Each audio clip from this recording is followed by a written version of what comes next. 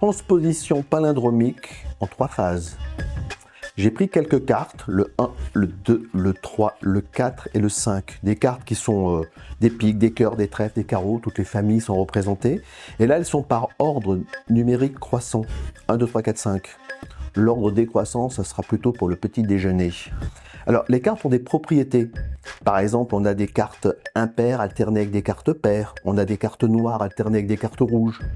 Et certaines de ces propriétés se conservent. Si je mets ici une carte face en bas, ben, elle est plus face en l'air, elle a perdu une propriété, mais par contre, elle est toujours en position 2, elle est toujours rouge, de face comme de dos.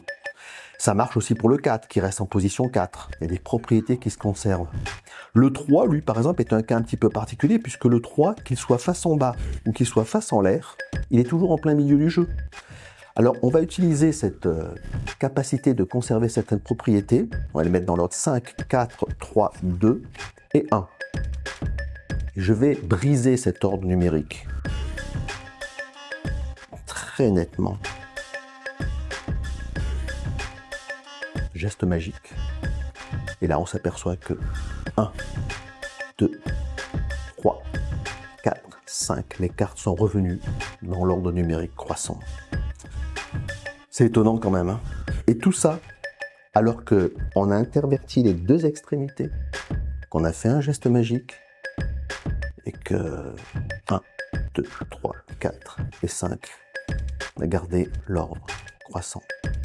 Voilà, c'est ce qu'on appelle une transposition palindromique.